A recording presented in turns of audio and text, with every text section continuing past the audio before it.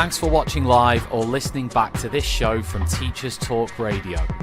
You can catch up with all our shows by visiting our YouTube channel or by listening back at ttradio.org. Don't forget to like and subscribe to enjoy more live education conversation from TTR. We hope you enjoy this show. Outstanding and world-class vision and world-class this. I'm a real leadership geek, honestly. I've spent my whole career reading books and chatting to people. I just find the whole thing and the announcement, the way it's been announced, bizarre. If you could move away from a model where teachers are so intensely focused.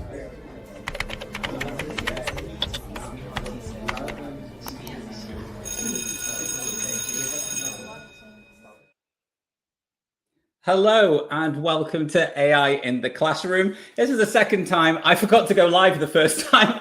I've spoke for about 4 or 5 minutes before realizing I didn't press the button. This is my second show and my first show flying solo, which is very clear. So I am sorry that I am a little bit late and I will make up for that, I promise. I will just say what I've already said already. So this is probably going to sound a lot smoother because I've just had a run through of this privately. But it is AI in the Science Classroom this week, and we are going to be joined by Alex Gray, who is a scientist and a head of sixth form. He will be joining us to talk about his exploration of AI over the last 2.5, 3 years. I know Alex was a very early adopter, and he's been very open and sharing his ideas over the last few years. So it's going to be great to dive into science as a subject specialism and unpacking how we can use AI in the science classroom. But as I always do to begin the show, I'm going to go through everything that's happened in the last month. And it's been an incredibly busy month for AI, especially for AI in education, being the beginning of the academic year. There's been a whole host of updates to kind of the traditional, what we call wrapper apps that go in front of teachers, but also kind of in general AI, there's always these incremental updates, but I think last month has been so incredibly busy with updates. So I'm kind of going to try to summarize them in about 5 minutes, maybe shorter to make up the time that we've lost, and then bring Alex straight in to get into unpacking AI. First off is the Apple Intelligence earbuds. This is kind of the Star Trek dream for me, where you're getting close to that live translation. I've seen some other ones where you can kind of, another different product, which I forget the name of right now, where you can swap the earbuds. So you have one in each ear so you can talk to each other live. I don't know if the Apple has that feature, but I thought that was quite cool. So you could share the tech amongst you. Hygiene might be a concern there, but I'm sure maybe Alex would talk about that. Maybe he could give us some tips from the science lab about things we could use to keep our traveling the world earbuds clean. But then we've had updates in Gemini. The search Gemini that you get, it's a slightly improved version of that. They've incremented that up to the 2.5 model of Gemini. So the results you should get there should feel a little bit more refined, probably a little bit more in depth than they were. I did a search earlier in a school marketing meeting just to find out where we were in the market, and it was just giving us answers to see what LLMs brought back, and it was longer than it used to be. So maybe that's a sign that improvement is there. As I said, most of the kind of main tools focused at teachers have had incremental updates since the beginning of the year. UNESCO has just held its Digital Learning Week, where it's really stressed that need for education, especially to be human-centered, and emphasizing that we are irreplaceable, which is nice to hear. I like my job and I'd like to keep it for as many years as I possibly can, but saying that we must address the AI divide of the haves and have-nots, and the students that have got access to this technology and the students that don't around the world. Now going into the kind of incremental updates here and unpacking those a little bit, OpenAI and Anthropic have kind of increased their share in the kind of coding market and the vibe coding it's called. They've had improvements to their ChatGPT's Codex, and Claude has incremented to Sonnet 4.5. And it's there to help more with STEM, more with coding. And so more with STEM and more with coding and improving that. There's also been big updates with the Facebook. They've released their Meta or are going to release their Meta Ray-Bans very, very soon. And there has been an announcement from OpenAI about their new Ray-Bans, which will have that live kind of interaction, that kind of HUD display, kind of like you get in the Iron Man, where you'll be able to see kind of what's going on and get that kind of live, kind of augmented reality overview. OpenAI have been bringing in Sora 2. They've kind of gone the same way as Google and created a video model which can, as well as giving you an animated video, also bring in background music, talking, sound. They do say it's got better physics than the VO3. And one of the main updates there has been that it says that it does come with an app. So that's something that should concern us. The first thing that came to mind is they are encouraging something called the Cameo feature. It means that they're actually encouraging you to put yourself into these AI videos, which a tool hasn't really done before openly, or this apparently. So if our students can download an app and then they can use this to upload images of themselves and put themselves into the videos, then there might be the temptation to do this for other people as well. So we just need to be mindful of this as educators, that deepfakes might have gone to something where you might have had to go to a particular website or download a certain piece of software to something that will be on the App Store and be in students' pockets on their phone. So that has been one of the things that's mainly concerned me over the last week since that update. I am now going to welcome in Alex Gray and just get going on this. Hello, Alex. How are you? Hey, good evening. I'm very well, thank you. How are you doing after take two? Much better. I think take two might have been smoother. You listen to both versions, so you can be the judge of that. Yeah, take two was smooth, seamless. Like you'd rehearsed it. As if I had rehearsed it to myself for 5 minutes. So where are you coming from today, Alex? I am based in Dubai. And science. Let's talk about science. So do you teach have a particular specialism, or do you just go across all the three sciences over there? So most scientists will at Key Stage 3 teach all sciences, so biology, chemistry, and physics. My specialty is biology. So the way my school works is once they get to GCSEs, then I will specialize. So I'll teach biology. I can also teach chemistry. So I teach both of those generally at GCSE. And then at A level, it's again, very, very specialized. So I just teach the biology component at A level.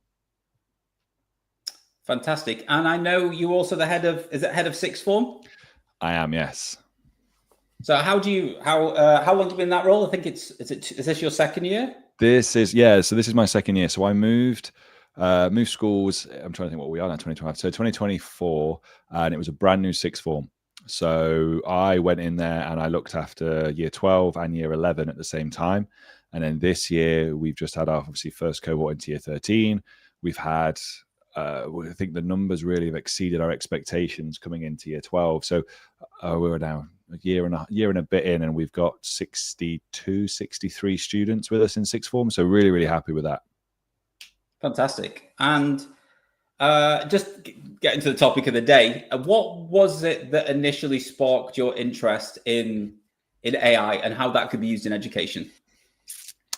So, I mean, I remember it quite clearly in terms of when it happened, a connection on LinkedIn around December time. And I always get my years wrong, but I think it was December 2022, I think. Yeah, because November 22 was the kind of the release, wasn't it? So it was in December time because we'd broken up for our Christmas or winter break and had posted something about it on LinkedIn. I was like, oh, this is interesting. As someone who's always been interested in technology and utilizing it within the classroom. And again, when I say technology, I'm also probably one of those geeks. I love cameras and I love editing and I love videography and those types of things. So I've kind of looked at it a little bit more from that perspective as well. But I remember seeing the post about it and I was like, oh, I'm going to go try this out. So I was very fortunate to be able to spend the winter holiday just experimenting. And then at that time you had Dan Fitzpatrick, who was using social media and obviously going through and showcasing just those little videos of the types of things you could be doing with it, just in a very basic text, from a basic answering to then coming up with certain things. But what seems now is ludicrous to say on a very basic level. But back then it was phenomenal. And that kind of just kept my curiosity with it. And over the course of the time, as it improved, it was just seeing what other people were doing with it and seeing how it could change text and change information from an accessibility level. Because for biology, or I was probably teaching any A level, the context, the text, the ideas can be really challenging. And so having something that can disseminate, can simplify, and make accessible to lots of other students was really, really good. And then from my side, it was then this almost repertoire of knowledge about different pedagogical practices, because it's all on the internet. You've got people's research on the internet, and you've got, you know, people's ideas in blogs and all these different things that are freely shared. And so you've got these ideas that you probably wouldn't have access to normally, or it's difficult to find, or it was being able to pull these things together. So for me, from a pedagogical standpoint, I was then being able to find bits and be inspired by different articles and different types of information. And obviously at that point, there was still slight hallucinations with things that it was telling to you, but you could see the premise of it. You could see how good this could be in terms of within the classroom, as in the content being delivered to students, the content for me that was allowing me to develop as well. And it was kind of just something that was, I think, kind of a little bit more reinvigorating or re-energizing, especially coming out of COVID, where you'd had this use of technology, and then you have this dip down where people are like, let's just go back to human teaching. And then this piece of tech that comes through as a tool, and it's like, wow. And you just see it go like this. Everything's just taken off. And I imagine at some point it's also going to dip back down slightly. And we'll get into this later, because that's generally what happens. It's the same as the COVID side. It's the same as the iPad side. It's the same as everything else that's come before it. But for me, fast forward to today, it's just such a powerful tool and resource now more than ever for, I think, just for learning, developing, progression, growth, and with the caveat, if used correctly. Yeah, 100%. And I'm just going to jump in there. And speaking of partnership and growth and development, I'm going to talk about our sponsors of Hachette Publishing, who have a wealth of professional development books and resources and that support great teaching and learning all around the world. And if you want to level up your professional development today, go to www.hachetteLearning.com and explore their range of titles. So yeah, going back to that, and like the access to information and be able to differentiate and work with those kind of, like, say, early, but the versions of LLMs we kind of got access to as the public. Has there been something that stuck with you all the way through that development, or for you, has your practice been incrementally changing as you've gone? It's a bit of both, I think. I think the one thing that stuck with me throughout is the ability to take, let's say, a piece of information, and within certain copyright rules, let's say a part of a PDF, let's say, where of the books that we can get, and being able to put that text information in on a closed loop and go, right, I need to have variations of this. The one thing that has stuck with me is question-based notes. So I'm a massive advocate for my year 12s, when instead of writing notes, they answer questions based on the text they should read. I find it's more of an active process of learning rather than a passive process. And so having something where you can just put the information in and go, give me 20, 30 question-based notes for this piece of information. And it does it so quickly and so effectively now. I use it to this day. Prior to that, I would go through, and I still do, I show students how to do it.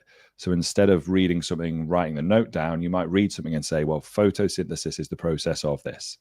So instead of writing that as a note, you then go, you write a question. So you would go, what is photosynthesis? So as an active component of recall and revisiting, as they come to revise and so on, they don't see notes, they have to answer questions. So for me, being able to produce that and show them how they can produce that, and it's done within 2 minutes, 60 seconds is a super powerful tool that's stuck with me throughout. I think incrementally in terms of changing, yeah, I was thinking about this because you're always experimenting with. So, for example, there were tools out there that would allow you to make or take a photo of someone, input a script, and then you would have that talking head. And for a while, those were really good hooks. They were really good introductions, and they still have a place. But it's clear and obvious to the kids now. They can go, that's just an AI generated thing. And for the time for the students, that actually switches them off. So that started at the beginning, and it was like, oh wow. And now they're so accustomed to these things, it really doesn't hook them in probably as much as you wanted. But then at the same time, the videos have got better, the quality of the sound has got better. There's a place for it in there. But it's changed even from the right. Here is the character we want to interview. So you remember what it was like. You would put someone into the chatbot, and the kids would ask the questions and so on and so forth. But even now, that has changed slightly in terms of, well, what's the validity of the information the person's giving? So the approach to it might still be there, but now instead of going, right, just take the information down, what I'm finding that I'm doing is actually I'm focusing more on student thinking skills. So the idea of bias, the idea of validity, the idea of accuracy, where they can have this conversation, but the actual task, the actual assessment part we want isn't about the information received. It's about the student's ability to ethically use it. It's about the student's ability to go through and spot bias and spot misinterpretations and be able to go, right, how good is the process? So my steps have kind of changed a little bit along the way with that, focusing more on thinking rather than just facts.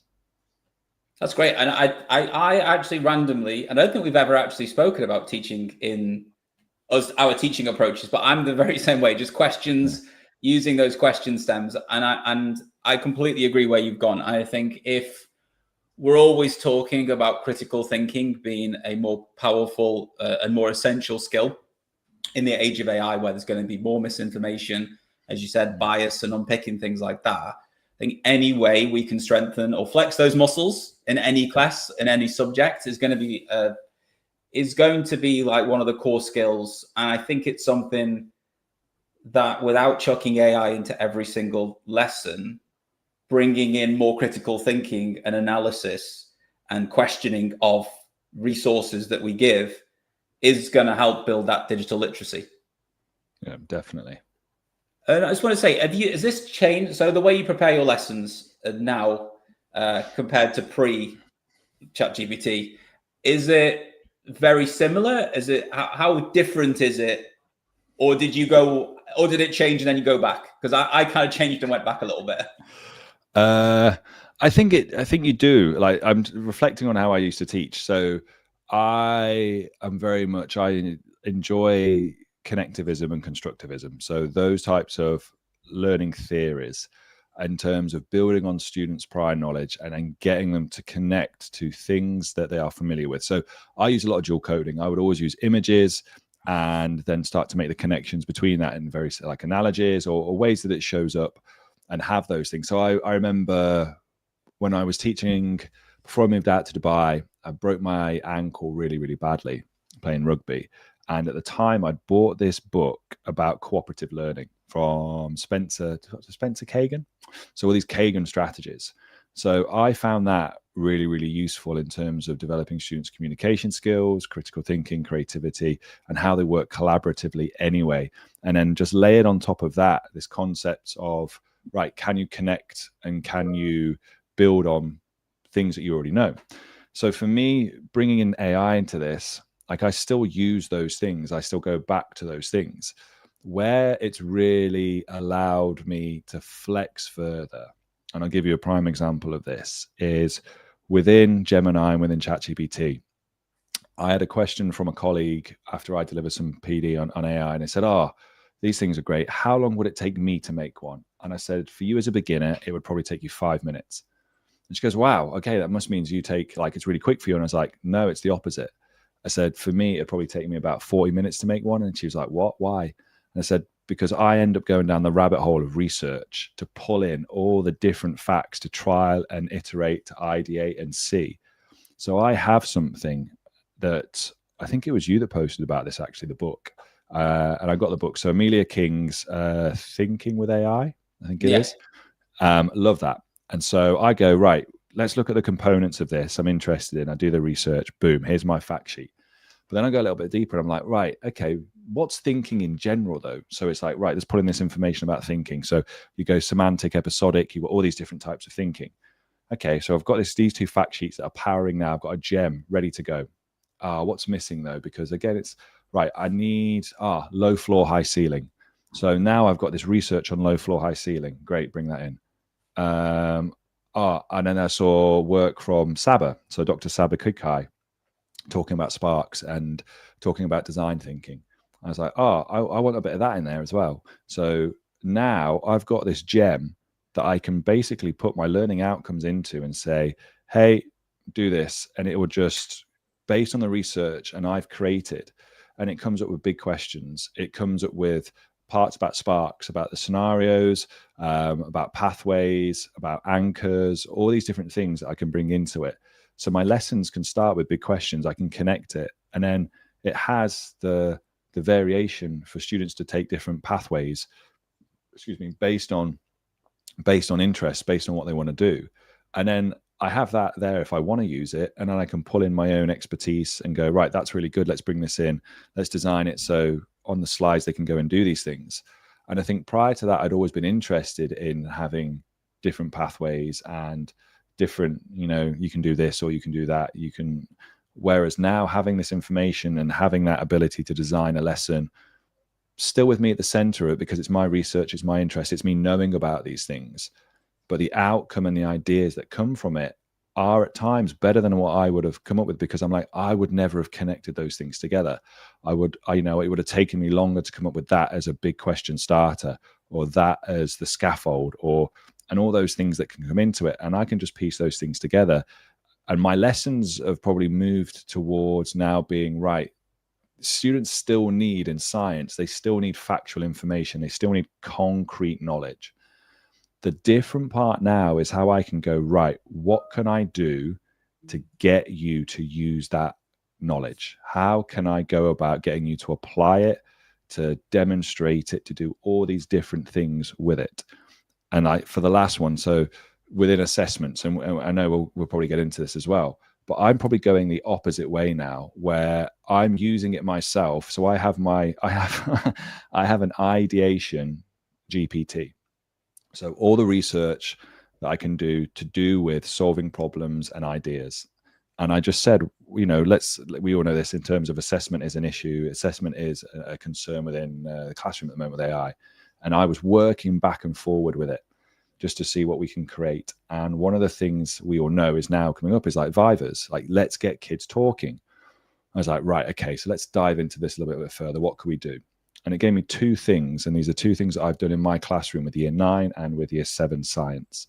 So the first one was typical one. Let's use the medical cards, the medical scenarios. So like doctors do in their training, they go around these different parts, these different stations, and they have to talk through, obviously, what is the different scenarios. So you've got a patient there with a card, and these kids are having to move around and go, right, these are the symptoms. And it was to do with breathing, and it was to do with smoking. These are the symptoms. You've got questions you can ask as a doctor, and you've got the other type of prompt questions, and you've got a patient there, and you're going back and forward, getting information out and having to explain certain things. And that was me generating it with AI, year 9, and they really liked that. They really loved it, being able to go around, and we pulled it together at the end. It was great. And then the last one we did today. So my year 7 class, the other one and way to look at this was, right, we're going to have a mock trial. And the kids were like, what? In science? We're having a mock trial in science? I was like, yeah. And they're like, what's on trial? I went, diffusion. And they're like, what? I said, that's it. Diffusion is on trial for being too slow and unreliable. Prosecution, defense, witnesses. You've got everyday witnesses. So you've got to basically go and do your backstory, your perfume. You're the smell of burnt toast. You're an oxygen molecule. You need to know about particle theory. Right, got jurors. You're listening for this X, Y, Z. I'm the judge. Right, who are my bailiffs? Who are my clerks? And so ideating with AI came up with that, which is I would never have done. and I'm looking and giving them the stories.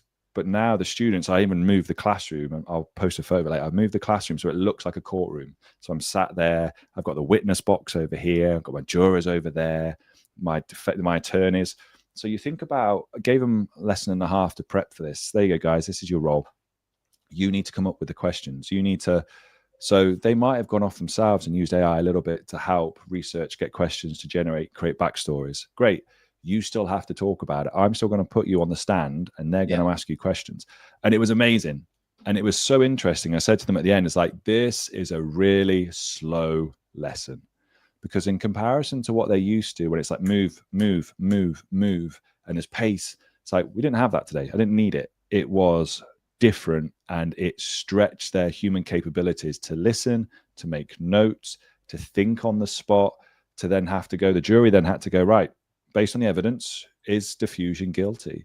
And they had to go and decide and talk about it. You had a foreman who came. So it was a really, really interesting lesson.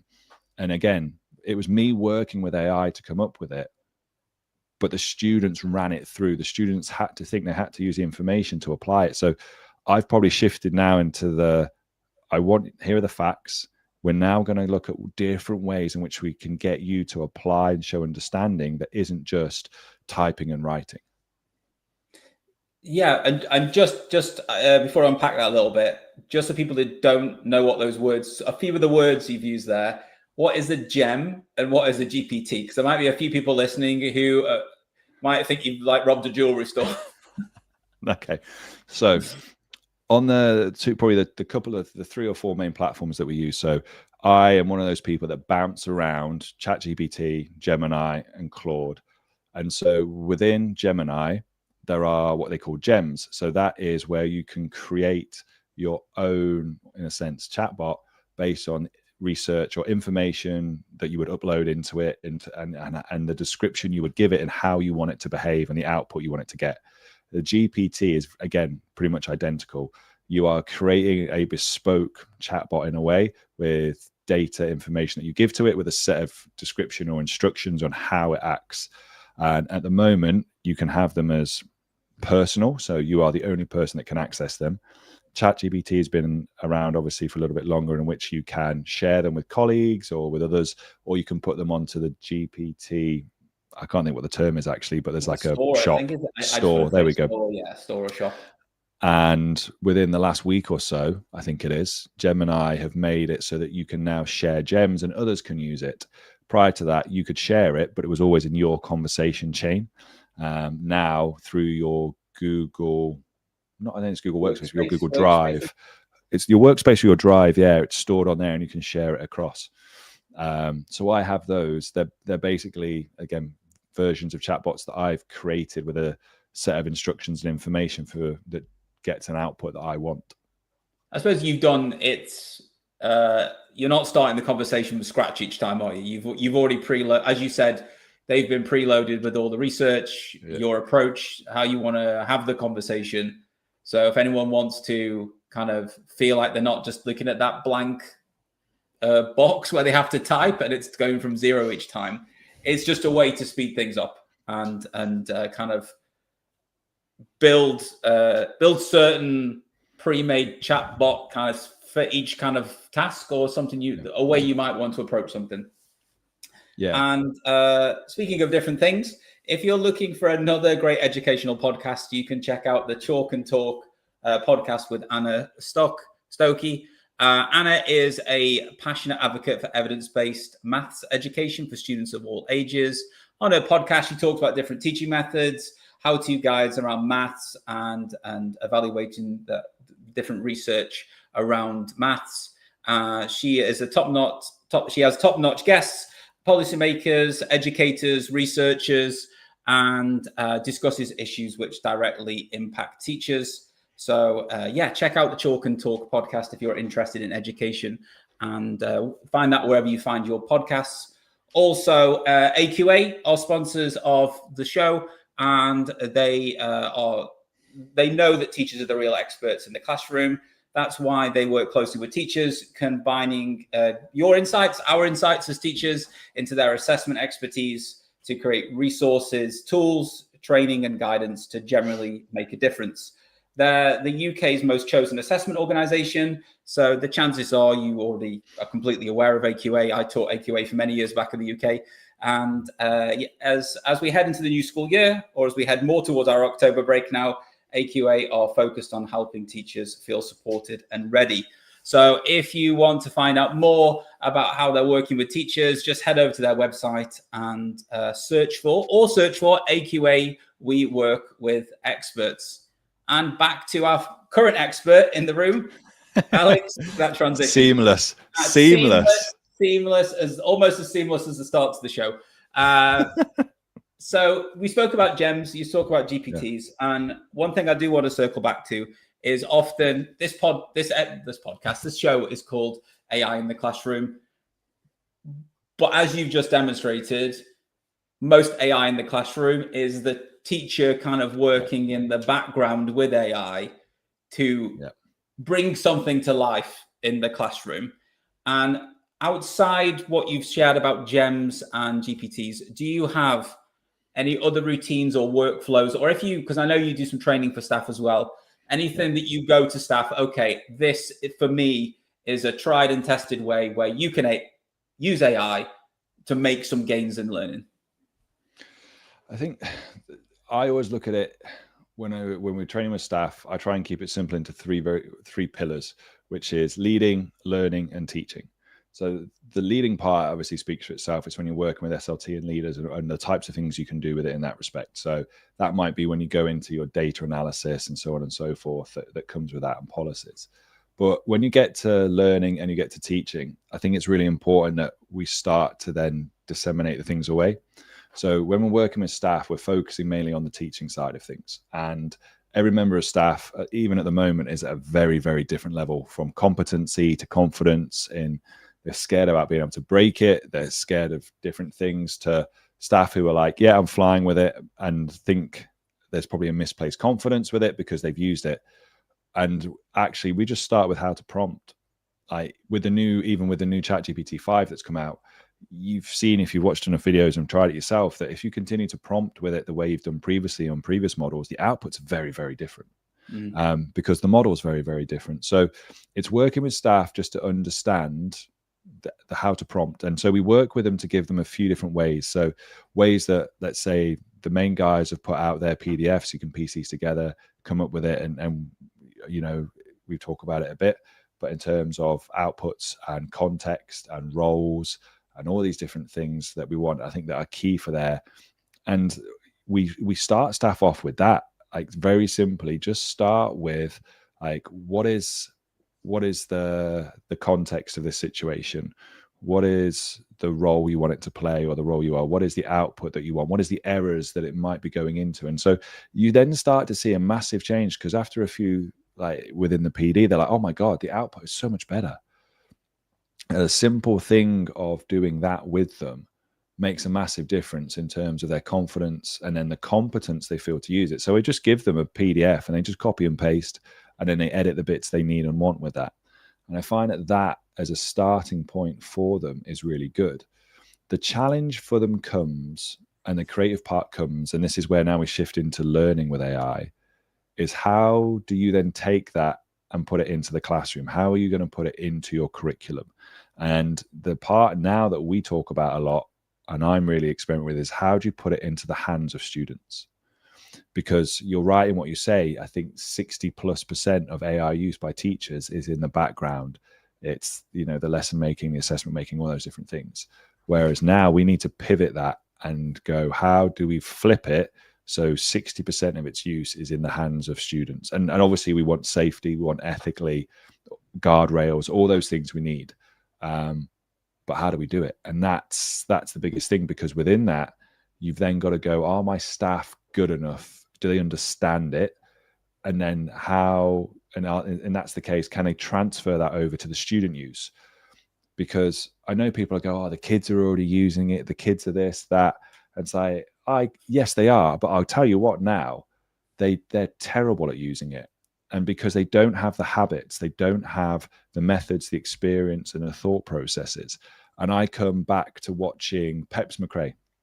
Pepsi McRae saw a video of his on LinkedIn, and he had a female teacher, and they were going this very smart back and forth about slant, which is for student behavior, like sit up, listen, ask questions, nod, track the teacher. And it was all to do with attention. And I found it fascinating. It's really resonated with me at this moment in time, just to do with student habits, about attention, learning. And if they don't have those habits, if we just go, oh, they'll figure it out, you know, the kids are like this, they just figure things out. It's like, no, we're allowing them to get into really bad habits unless someone's there to guide them back. And that's where we need effective teachers to go, no, let's move you back onto this. Great effort, have some freedom, and that's important. But, you know, you need to be on this pathway. And that for me is super important in terms of giving students the structure with it. And even for kids, how to prompt properly, how to ask questions, how to then go, right, here's a piece of rubbish AI information. I have asked it to act in it. So every time it tells you something, it tells you it wrong. What are you going to do? How do you know it's wrong? And ask that kind of, that give them that side to it. And then put it into their hands and go, right, okay, here for science perspective, here's some data. Let's look at how we analyze that human version, AI version. So I call it, if I was to call it anything, it would be a WAGOL. I think you can imagine what a WAGOL stands for. So what an AI good one looks like, or what an AI one looks like. It would be like that, a WALOL. It sounds like something crazy, but you get the picture there is that what an AI one looks like. And then compare it. And so you're bringing in thinking skills. You want kids to use it. You want them to then go, right, okay, here I'm using it. I've got this information. What's right? What's wrong? How's it different from mine? How's it not? And build their skill sets up, because even the kids need to be confident and competent with it.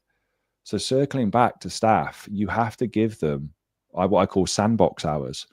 You know, the sandbox, which we'll explain, is like a safe space for play where you can't break anything. You can experiment, you can try and figure things out with people around you in a safe space to go, I understand how this works. I think I could apply this to a part of my lesson and do that. Because like you said earlier, it doesn't need to be used every lesson, and it doesn't need to be used in every lesson.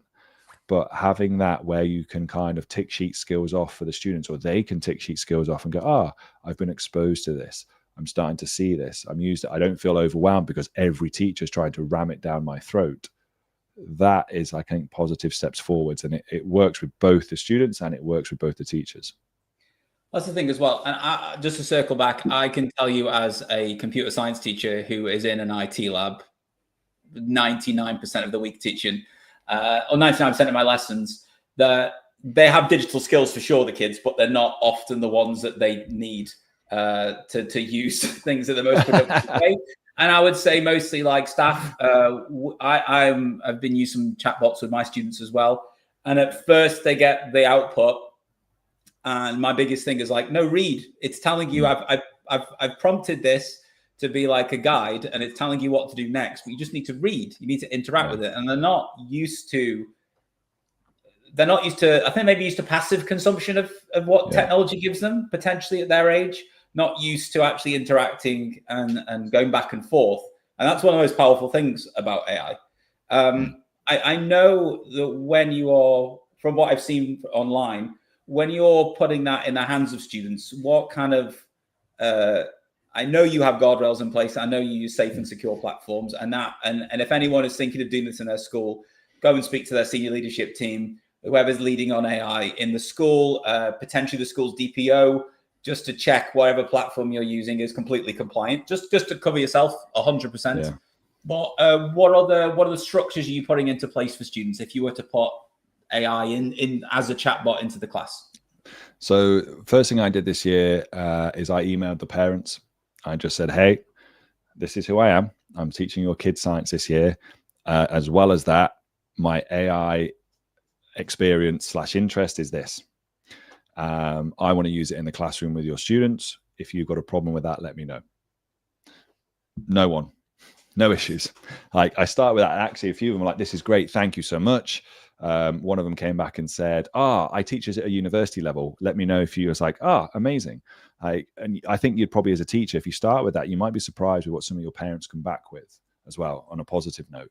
So I start with that as the first thing, let the parents know, because I also then spin it to the parents and go, the success of this, I'm going to set them homework where you have to and you need to work with them with the AI. So the parents don't get a let off. I think for the success of it and for parents as well, give them a task where it's parents and student, parents and child working together so they can see, and then they're kind of upskilling themselves a little bit with it. I found that really valuable. But from there, I can give you an example of the very first task I did, and this again with lower scores. This is year 7 science, been approved, parents signed off on, where this is on our safe platform, what we're using. And it was to do with data analysis. So we've done a method, and we've now got a practical in front of us. We've got some data. So the first thing was, right, guys, here's a data table. We're going to look at how we upload an image into. So we didn't even it was take an image on your iPad, put it in, and here's the prompt. So I gave them a work pack. Here's the prompt. We're looking at being able to make a graph, because it was one of the very first things I remember when AI changed, and it was like, oh my God, the data being able to do graphs. As a scientist, I was like, this is so cool. And it's like, right, let's have a look at it. And so platform created the graphs, and these kids were like, oh my God, so this is amazing. Look, it looks just like my handwriting. This is amazing. I was like, yeah, aesthetics. Let's be blown away by aesthetics, guys. And after a while, they start drawing it out. So I'm like, right, you can take an image, but we're going to draw it. We still need to know how to draw graphs. So let's draw it. The kids start drawing it out, and they're like, this graph doesn't make any sense. Like, the numbers are wrong. These aren't the data points. It's like, okay, now we're on to something. What is this telling us? What is this showing us? It's like, we can't trust it. It's wrong. It's rubbish. It's like, well, no, let's pump the brakes, guys. All right. It's an important lesson to learn in terms of, maybe it's what I gave you to ask it. Maybe it's that, in terms of graphs and other things, that it isn't that great on it. It's good that we're having this conversation and going, right, let's compare these things and let's think in this way. So you're trying to keep that language very simple for them in terms of making a simple comparison of how it works. But from there, we kind of went, let's continue to use it though, because of this. So we continued on our methodology, and it was basically our peer review expert. It's what we call it. You're our peer reviewer. So we put our method in. Every method the kid wrote, they put into this, and we gave him the prompt, and it was all to do with then, right, what's good about this? How could I improve it? Find me 2 errors, find me 2 things. And in their assessment pack, they wrote down what the AI had said. And then the last part was that, okay, we need to be able to explain this. So it's all to do with energy. So go and ask AI about this. And as the kids do, they're kind of like, oh, tell me about this. And it was to do with kinetic energy. And it just went, roof. Here's all this information on kinetic energy. And they're like, sir, what does this mean? And it's like, right, let's not worry. And here's the interesting thing. I don't know if you found this about them. As soon as it gets long, it can be 100% right for them. It's too long. I was like, oh, what? Are you scared of reading this? It's just too long, sir. It's like, well, did you ask for it? No. And you know what the next word is, isn't it? It's always this one. Simplify. Short, simplify. I was like, no. Right. And then you can teach them how to prompt it properly. So then you can go, right, well, let's think about these things. What's the context? So we don't give it too much information. We can just say, I'm a year 7 scientist. Great. So it knows we're in year 7. Okay. I need to know about kinetic energy. Can you help explain this for me? And okay, well, what's the output? Let's do 3 sentences. Let's do 5 bullet points. Perfect. What's the difference now? Okay. So we're starting to level up on what we ask and how we ask to interact with it, because it's a tool and information. So they write this out. The final part for them in this challenge then is to go, right, take all this information, write it up in your own words. So the conclusion that they wrote is based on the research they've done and their interaction with it, but it's theirs. So the information they gathered is based on the processes they did. And if I continue down that line, I always give them opportunities to have, an AI challenge within it. So they're doing a task, a thinking task, and I might give them an AI challenge. And I've got some of them, let's say, on my phone here. So it's one of them is the reasoning dialogues. So AI plays a Socratic partner, probing student answers in real time. So we know platforms can do that. We've seen a lot of those at the moment as well. Process portfolio's, AI critic of thinking pathways. So students submit not just final answers, but interaction logs with AI. And obviously we're looking at the prompts and the outputs from there. Peer and AI double feedback. So student work is reviewed by the peers and AI, and then it gets structured and constructive. So where we're assessing this is the quality of the initial work plus the quality of the response to the feedback. So those types of things. I've done scenario-based simulations. The reverse assessment's a nice one. Students critique AI's answers for accuracy, depth, and bias. So I'm kind of just using it, and they're in very small parts. So I will go, right, we're going to do this task. We go through it. We do the learning. We do the human component. And then I'll go, right, let's look at ways we can show understanding and application of knowledge. We're going to use this. So we open up, everything's there. And for a couple of minutes, they're just interacting with that. It's like, right, let's pull it back in. What do we find? What do we know? How is that? And those kind of like sprints almost, as it were, are quite valuable for them. Rather than just going, right, here's a 15-minute, here's a 20-minute. And that's lower in the school. Higher up in the school with the A-level students, it's trying to teach them a skill of, I call co-learn. We have a talk about co-creation and building, but this one for me, and I've not been able to find a better term for it, but as a co-learner, is having them have their laptop open all the time, which I know some people are like, oh, what? But when we're talking, like biology at a certain point can be getting pre-university is a little bit like lecturing. You need to talk to students. And we've got the boards and I'm drawing and writing stuff and we're talking about things and they're like, what's carbaminohemoglobin? That's one of my favorite biology words. And it's like, my response to this is, and then they get it now because I'll just turn to them and go, that's a really good question. And they're like, oh, okay. And they're not accustomed to, because I think it's because they think it's rude, but they don't want to go off. They don't want to just go, I'm just going to quickly find out. They're like, oh, but I'm going to miss something if you keep talking. It's this. It's like, no, we need to get them to the habits of kind of co-learn. And I know you've talked about this a bit as well with the students you use in the platform in terms of dipping in and dipping out and getting those, the interactions. It's the same. They just need to be shown and given the freedom to be able to do it. And so I just say to them, these first 6 weeks, it has been, right, guys, pause there. Let's do a bit of co-learning. Go and find out what these parts are. And it's only 30 seconds. It's 60 seconds, right? Add it into our notes. Right, let's check the next lesson. So next lesson, I come back in. And it's like, right, we looked at cofactors. So the word cofactor came up. Just remind me, guys, what's a cofactor? It's something they co-learned about using AI. And it's like, boom. Right, great. It's stuck with you. So the idea of just using it to then come up and is really, really good. So from an A-level perspective, where depth and breadth is key, and even for A-level answers, being able to then get them to work with it for examination technique, for how to do something. That's what we show. It's like, don't ask for the answer, ask for the guide, ask for how to get there.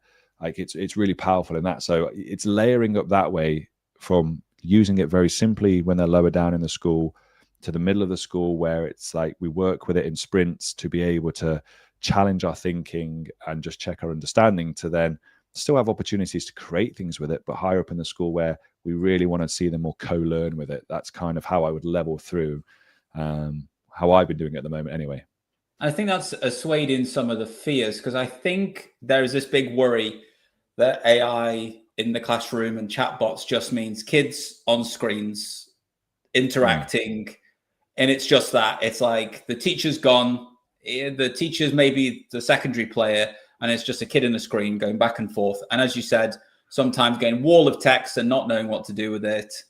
But I think we have a very similar approach where the interaction with the AI has got to result in some form of real world action, something out definitely. Of a screen in the classroom. And I think if you're setting, I've tried to use a chatbot to teach kids very early on. It went terribly wrong. They got bored very, very quickly. Oh, yeah. And this is technology, which is like the newest cutting edge technology.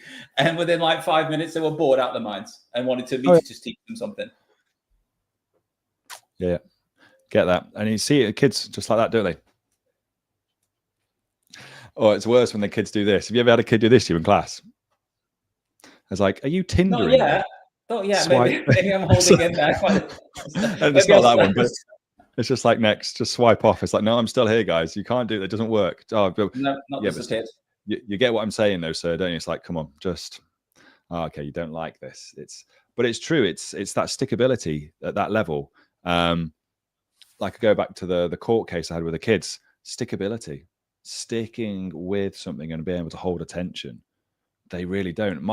I have a daughter in year 7, and anyone who follows me will see, because I don't mind. I'm quite happy. But she came to me on Friday and was like, "Can I get one of those fidgets?" I was like, "Why?" And she's like, "Oh, I had one in class, and you know, it's just." And I went, "And how do you teach her?" And she went, "Well, the teacher told me to put it away." I went, "Exactly." It's like, you're not even diagnosed. You don't need one. Most kids in our school who have it aren't diagnosed to need one. And yes, some are. Some need that. I am terrible. I'm either one with a pen or I have chewing gum, because I'm also of that. Yeah, same. But those guys, and that's what reaffirmed to me the fact that, well, you don't have the habits. You have no idea how to stick with something and to hold attention. And that reaffirmed the slant component of what we do. And it's the same with this. We have to be, as educators, very mindful of the tasks and activities we do. Go back to cog science, because we're talking now about cognitive overload, or the under component of it. And see it with staff, we see it with kids. It's like, okay, geez, where have you just come from? What's the cognitive ability of you right now? Am I going to overload you if I just give you more screen time? And that's a real challenge. And that's why I think sprints are really good. And even with activities we do in class, the issue is then kids get so accustomed to pace. They just get accustomed to next. It's like, no, guys, this is a 60-minute task. We're going to break it down into its constituent parts. Let's do this. Let's come back in. Let's move now. Let's do the next part. Come back in. Move again. So you're still sprinting through something. There's still 10 minutes, and you give them the framework to work to.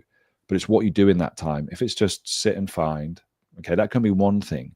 But the next thing has to be draw or write or talk or solve this problem or move something around.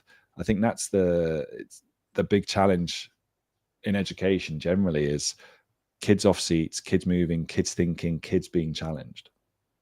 Yeah, and I've got a few things I wanted to unpack, but they might end up being a little bit quickfire now. That's fine. But before we get into that, I want to say that AQA know that teachers are the real experts in the classroom. That's why they work closely with teachers like us to combine insights and in their assessment expertise to create resources that we as teachers can use, as well as training and guidance that generally make a difference. They are the UK's most chosen assessment organisation, so the chances are you already know their work. And as we head into the new school year, AQA are focused on helping teachers feel supported and ready. So if you want to find out more about how they're working with teachers like us, just head to their website, or you can search on Google or whatever your preferred platform is. AQA, we work with experts. And also that this show is brought to you by Hachette Learning. They are publishers of professional development books and resources that support great teaching and learning in schools all over the world, from Bucharest to Dubai. Level up your professional development today by visiting www.hachetteLearning.com to explore a full range of titles. And I'm aware we've got just over 5 minutes left, because I'm going to take the live time, not the 5 minutes I wasted off air. And we've talked about chatbots. You spoke briefly about charts, but very quickly, have you got any uses of images that have worked quite well in the classroom? AI generated images. Canva, just with Canva now, like one of the tasks I give my kids is make your own health and safety poster. And it's like, they'll find out, they'll go and create the images, they'll go back and forward with it. Things like that are really, really useful, even from a STEM perspective. So if we're giving them challenges, I like character, citizenship, those types of things, real world scenarios from Fulham. And so one of the things we look at from a real world scenario is like, right, we've got an issue here with desalination. What are we going to do about water? How do we filter it? You got to design something for me that's going to do this. So Canva for images is really good. The other one we use, Newark, is great for that as well from a science perspective, where they can put the images in, and obviously then they come out and they can utilize those and explain around them. So those would be probably the main two when I'm talking about images that I would use. Oh, that's interesting. I've only ever heard of that. Newark ever been used in D&T. So that's hopefully quite. I'd love to see an example of what that looks like in science. I'm going to ask about pressure. audio. If you had any like, I've tried play around with song generation or like Have you had any hits with podcasting, AI generated podcasting or anything like that? Has anything that worked in science? Yeah, so there's one. I don't know. I don't. Am I allowed to say? Can I say the name of one of them? We'll just go general. I think let's go safe and okay. go general. Always go. So from the Google suite of things, let's go with that one because everyone knows this one. So Notebook LM, from the Google perspective, one that everyone is aware of that we can do. However, is my camera just gone off? You've just gone off. We can still hear you though. I think it's my camera's probably overheated. That's why. So I do apologize. It's from a tech guy. Any great ideas? They've overheated the camera. It probably has actually. It's one of those. Sorry, it's the Dubai heat, but you can stick with just hearing me for the moment, and it'll come back on. It'll come back in a second. So in terms of that, Notebook LM is great for one thing, but then what we would use is within the Google Suite, Google AI Studio, is that now is the ability to create audio, one person or two people. So we've basically looked at with students creating the text and what they want it to do, and they can put it in there as a revision tool and come back out. They can create something as a short snippet of then what they've learned. So the challenge here is you can't use AI to create the script. It's all you, but the output that we all get to listen to and you choose the voice is based on that. So the aim is also then getting the students, it's again, how you focus on using the AI, not necessarily as the creation tool as in doing all the text for me, but the output of the audio. So we found that's quite useful. The voices themselves are very similar to what they have. And if they're short enough, students will listen to them. But I found within the podcast themselves is you need to have a couple of minutes, like they listen to it and then pose questions. So we're trying to get the students to add questions in. So they then start thinking about, it's like, I've just heard this, right, let's pause. Here's a question, here's this. And actually saying in it, right, pause this now. Here's a question, then unpause it when you're ready to go. I know it's quite new tech, but have you had or found any uses for video, like generating any videos, AI videos? Because I know I've seen some examples where people have done like equations and they're not quite there yet in terms of like that level, but have you had any success with them, or is it not quite something that's it's great, but not great tech, but not ready for science lessons? Great tech, not ready for science lessons, simply because like they can't get science apparatus correct. It can't get a Bunsen burner or a tripod. You know, it's good. Yeah. Like say, if you want to model something and you could give it to like a particle model, that's fine. Something very simple kids need to learn about. Those things types of work, osmosis, movement of things around, or the analogy. So I often get kids to create the analogies and then we can have a look, create it together and have a look at it to help. It's kind of a better way than getting something that's quite literal from a science side. So that side we've tried, it has been quite good. But yeah, we tried it simple things like particles, so movement of particles. And what we did is we created a crowd. So it was very simple, a crowd, and on one side of a hill, the city that was busy, and then the fields that were empty. And it was to do with where things move from and to. Oh, nice. Have you had any success with code, like any AI generated code? Because I know that it's becoming more and more readily available in all the different platforms. And I know even Canva itself has some tools for doing like little bits of coding. Any hits there? Personally, yes. In terms of what I've created for students, where it might be, again, very similar assessments or tasks or activities that they can do that's bespoke and unique. And those work really well. The problem is with that is where do you record the information? Where do you record their output? Or are you trusting them to go right? Suddenly you become a data processing, full-formed business, don't you, when you start collecting names? Exactly. It's like, oh, my super base account, guys, we'll just add everything into this. So that side of things is you just ask them to record it down. Like it's just, I use it as good start. It's like a mix and match. So ones where they drag words around, fill in the blanks, other types of things is useful for that. Ones where, again, they can do fully fledged sort of quizzes, or ones where we want them to pick and choose, like, right, what pathway do you want to go on? And it can go on from there, which is quite nicely. On a bigger scale, individually from using Claude to code has been phenomenal. I think if you've listened to me talk about this, you'll understand that I'm probably more a fan of creating things like the gems and the chatbots than I am of using some of the wrappers and packages. That just works best for me.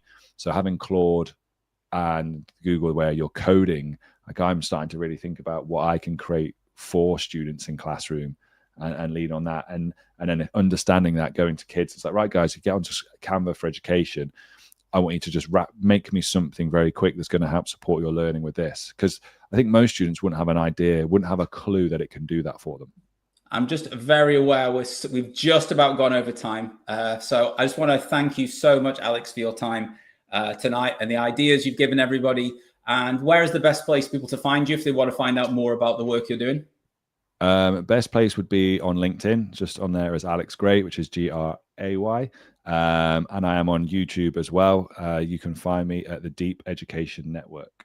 Fantastic. Thank you very much for your time, Alex. Thank you. Have a great evening. Outstanding and world-class vision and world-class this. I'm a real leadership geek, honestly. I've spent my whole career reading books and chatting to people. I just find the whole thing and the announcement, the way it's been announced, bizarre. If you could move away from a model where teachers are so intensely focused